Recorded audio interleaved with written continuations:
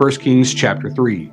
And Solomon made affinity with Pharaoh, king of Egypt, and took Pharaoh's daughter and brought her into the city of David until he had made an end of building his own house, and the house of the Lord, and the wall of Jerusalem round about. Only the people sacrificed in high places, because there was no house built to the name of the Lord until those days. And Solomon loved the Lord, walking in the statutes of David his father, only he sacrificed and burned incense in the high places.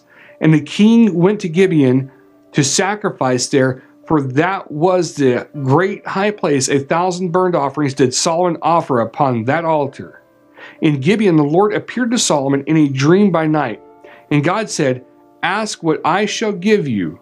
And Solomon said, "You have showed to your servant David my father great mercy, according as he walked before you in truth and in righteousness and in uprightness of heart with you. And you have kept for him this great kindness, that you have given him a son to sit on his throne, as it is this day. And now, O Lord my God, you have made your servant king instead of David my father, and I am but a little child. I know not how to go out or come in.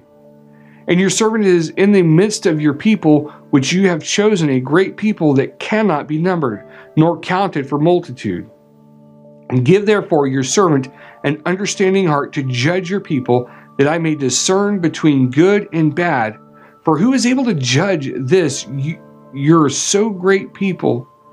And the speech pleased the Lord that Solomon had asked for this thing. And God said to him, "Because you have asked this thing, and have not asked for yourself long life, neither have asked for riches for yourself, nor have asked the life of your enemies, but have asked for yourself understanding to discern judgment.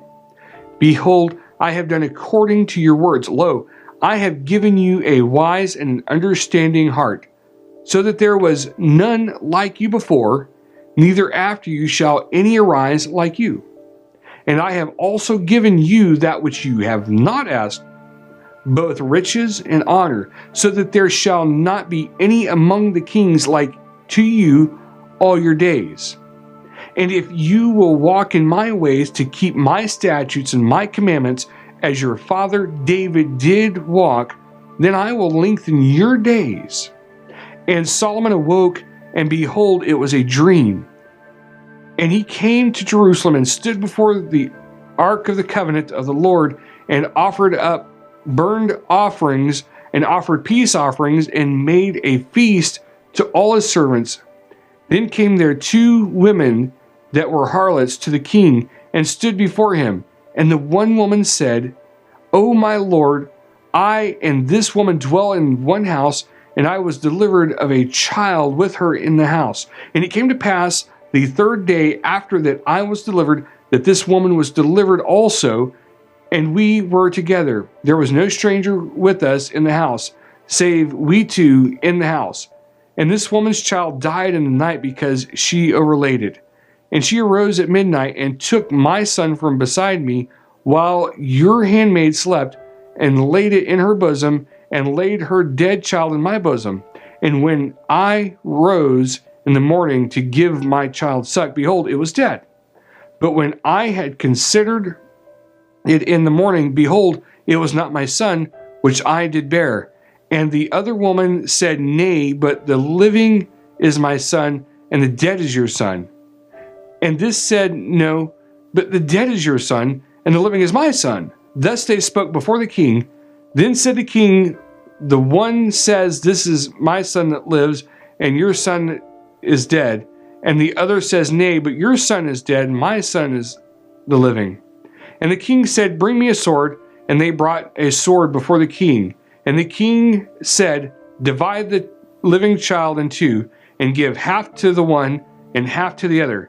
Then spoke the woman whose the living child was to the king, for her bowels yearned upon her son. And she said, O my lord, give her the living child, and in no wise slay it. But the other said, Let it be neither mine nor yours, but divide it. Then the king answered and said, Give her the living child, and in no wise slay it. She is the mother thereof. And all Israel heard the judgment which the king had judged, And they feared the king, for they saw that the wisdom of God was in him to do judgment.